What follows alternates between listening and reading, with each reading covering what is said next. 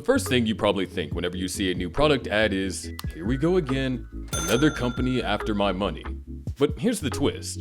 Two guys from Los Angeles built a yoga clothing brand that didn't flood your city with billboards, didn't spend millions on Super Bowl commercials, and yet still became a billion-dollar empire loved by celebrities, athletes, and influencers around the world. Today on Forbes, founders of Alo Yoga, a hit with celebs like Taylor Swift and Hailey Bieber, are billionaires. That brand is Alo Yoga, and it has risen to stand shoulder to shoulder with giants like Lululemon. So how did a tiny startup outflex the competition, and what does their rise say about the future of fashion? In today's video, we'll show you what it takes not to just thrive, but excel in the 21st century business environment. And trust me, you've never seen quite a strategy like this before. Before we dive in, make sure to hit that like and subscribe button. It really helps us create more stories like this one. Alo Yoga was founded in Los Angeles in 2007 when two childhood friends, Danny Harris and Marco DeGeorge, settled down to create magic. Both came from entrepreneurial families and had already been experimenting with apparel businesses before starting Alo. They wanted to create yoga clothes that weren't limited to the studio, clothes that could be worn in a downward dog pose at 8 a.m., at a coffee shop by 10, and even on an airport flight later that day. It was a mix of performance and lifestyle, a hybrid category that would later be called Athleisure. And shockingly enough, they did. How that action came about is a trick you won't believe was possible, but we'll circle back to that soon. After breathing life into their creations, the two friends called it Alo, which stands for air, land, and ocean. The name was meant to remind people of nature, balance, and something else they didn't even know yet. Like every other startup, Alo was small scale at first. They were not thinking about billion-dollar sales or global stores. They were just making stretchy pants and soft tops for people who love yoga. But the timing could not have been better, because around that same time in Los Angeles, yoga had moved from just a leisure workout routine to a lifestyle. People were drinking green juices, going to meditation retreats, and talking about mindfulness at lunch. Alo seized this culture by the collar and fit perfectly into it, or rather, they made clothes that fit perfectly into it. Instead of feeling like just another clothing brand, Alo felt like part of this wellness movement. Their leggings weren't marked as just stretchy pants. They were a ticket into a lifestyle of health, balance, and cool Los Angeles living. You could also say that Alo was lucky. They launched in a city where people cared much about wellness and fashion at the same time. If you wanted to sell yoga pants to people who drank kale smoothies at sunrise, Los Angeles was the perfect place to start. But soon, the founders realized something important. Selling good yoga wear was not enough. They had to create something bigger, something people could feel a part of. And to bring this about, they needed to go big on strategic marketing. From the start, Alo avoided the old playbook. They did not spend money on flashy TV commercials or giant billboards. Instead, they put their products into the hands of the right people. At first, it was yoga teachers and small wellness influencers on Instagram. These were people who already lived the lifestyle Alo wanted to represent. So when they wore the clothes, it seemed as if they were wearing a second skin, and this authenticity became the backbone of their rise. Their fabrics are breathable, soft, and durable, making use of airbrush materials, which are a blend of nylon and elastane with a matte finish. And not just that, they're interwoven with AloSoft, mostly a combination of polyester, elastane, and spandex to give a velvety feeling when worn. Each line had its own cult following. Fans posted reviews on social media calling AloSoft the leggings you'll never want to take off. Others swore by Airlift for the perfect second skin look. It's no surprise that the brand would get its first big break in 2015 when celebrities started noticing and wearing Alo. First, it was Kendall Jenner, spotted in Alo leggings. Then Hailey Bieber and Bella Hadid were photographed in Alo hoodies and sports bras. Suddenly, Alo was in paparazzi photos, magazine spreads, and fan pages. And the best part? The brand didn't pay for those appearances.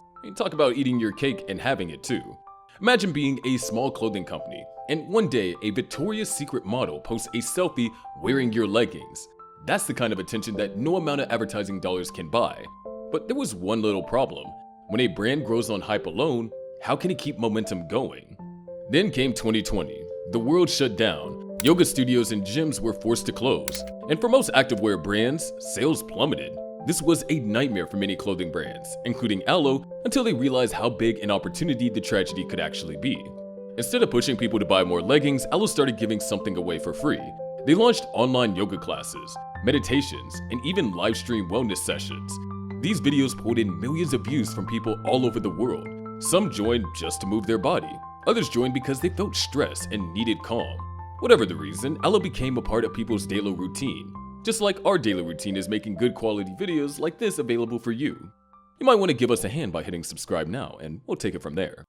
This was a masterstroke. While many brands went quiet or pushed aggressive sales, Alo built trust and loyalty. When life slowly returned to normal and people started shopping again, Alo wasn't just another clothing label. It was a brand that had supported them through tough times. By simply using the pandemic as leverage, Alo was building a new kind of trust not readily seen in the sportswear market. It went from just a fashion brand to becoming a wellness partner. Of course, free yoga videos alone don't turn a company into a billion-dollar empire. They help set the stage, but the real question is, what was the secret sauce that made the money pour in?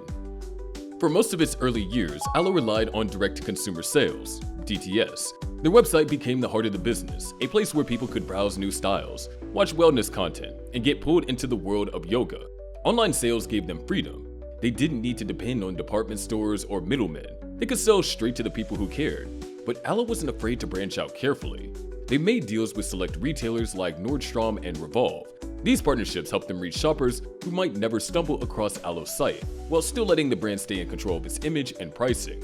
It was a balancing act, just enough wholesale to grow, but never so much that it cheapened the brand. By 2022, some reports claim that Alo hit over $1 billion in annual sales. Other estimates put their online revenue closer to 250 to 300 million. The real number is hard to confirm since the company is private and doesn't release full figures. But whether it was closer to 300 million or 1 billion, the point is that Alo was making serious money fast. The buzz was so strong that private equity firms came knocking. There was even rumors of Alo's parent company, Color Image Apparel, being valued at up to $10 billion. That number might be inflated, but it shows just how much attention the brand was attracting from big money movers. Selling online was great, but they also needed more physical presence. So they began opening flagship stores in major cities like New York, London, and Paris. Walking into an Alo store wasn't just about buying leggings, it was an experience. You could sip a latte, attend a class, and take a perfect selfie in a mirror designed for social media. In other words, the stores themselves became brand billboards, amplifying Alo's reach without the traditional advertising. But Alo isn't the first athleisure brand that chased billions. Remember Lululemon? They were a terrific competition. And here's where the story takes a sharp turn. When people talk about premium yoga wear, the first name that usually comes up is Lululemon. They were the original giant in the space since 1998, the ones who proved people would pay high prices for leggings if the quality and design were good enough. For years, Lululemon had the market almost to itself. Some people even joke that Lululemon is the suburban yoga mom brand, while Alo is the celebrity airport chic. You get the point. Both are billion-dollar players, but they give off very different feelings. Apart from Lululemon, you have Yori, Gymshark, Nike, and Skims who are all fighting for the same customer. Lululemon, the pioneer built on performance fabrics and fitness community culture, often seen as more practical. Yori, a California competitor focused on sustainability and comfort with a softer, lifestyle-driven vibe. Gymshark, built entirely on social media marketing, targeting younger fitness enthusiasts with bold, affordable gear. Nike, the global giant with unlimited resources, competing across performance and lifestyle markets. Skims, Kim Kardashian's brand, which leads into body inclusivity and pop culture appeal. So where does Alo fit in? Alo's edge is its fusion of streetwear and wellness. It's less about sweating in a studio and more about looking stylish at brunch or while traveling. They sell an image of effortless cool, which makes them resonate with both influencers and everyday buyers. But will style and clout protect Alo when the retail market starts cracking? Because it sure will. Of course, not everyone is sold on Alo. One of the most common complaints is the price. Critics also say that Alo has built its name on hype rather than value, and that much of the brand's success comes from influencer gifting and carefully curated social media campaigns. There's also questions about the company's real size. Some reports say that Alo is making over $1 billion a year. Others suggest that the actual number is far lower. The truth is hard to know since the company is private. That leaves some people wondering if the $10 billion valuation rumors are just investor hype. Meanwhile, competition is heating up. Keeping attention couldn't be harder in a crowded athleisure market. Still, Alo keeps growing despite these doubts. And the real reason is not just their leggings or pricing. The real reason is something else entirely, something most brands still don't fully grasp: the Gen Z craze. Gen Z is a volatile civilization of humans that grew up mostly online, and unlike their parents, they don't trust the same polished ads of yesteryears. They can sniff a paid campaign or forced brand message a mile away, but what they do trust are people. real voices, and candid videos, and Alo understood this early on. Rather than chasing TV commercials or glossy magazine spreads, Alo went where Gen Z already spends their time: TikTok. This is where Alo exploded with get ready with me videos, styling hauls, and outfit ideas. People showed how Alo worked as streetwear, not just yoga clothes. Suddenly, it wasn't just moms going to yoga class. It was teenagers, young professionals, and influencers showing off their Alo fits. The strategy was working. Alo didn't have to shout, "Buy this." The internet did it for them. What Gen Z likes the most about the brand is that it didn't act like it was for elite athletes or Olympic level training. It bent into trends that were much more relatable. Trends like comfort, street style, and looking good while grabbing coffee, heading to class, or sitting in a Zoom meeting. Even their stores felt engineered for Gen Z. Minimalist, bright, and highly Instagrammable. Everything from the mirrors to the lighting screamed, take a selfie, share it, spread the word. But here's the twist. The story was never really about leggings or influencers at all. It was about something much bigger. Can authenticity survive when a brand grows this fast and the money gets this big? Alo Yoga started as a small yoga brand in Los Angeles. Today, it's a billion-dollar empire worn by supermodels and scrolled by millions. And these people didn't need large billboards or jingles to do it. All they needed was social media buzz, celebrity halo, and carefully crafted vibes. It's the brand that built itself on fitness and turned it into wealth, proving that in today's world, the decisions that seem insignificant, like a free yoga class, a simple Instagram post, or designing a cozy hoodie, can sometimes bring about the most significant change. So when was the first time you wore Alo Yoga leggings or sweatshirts? Did you have any special feelings about it?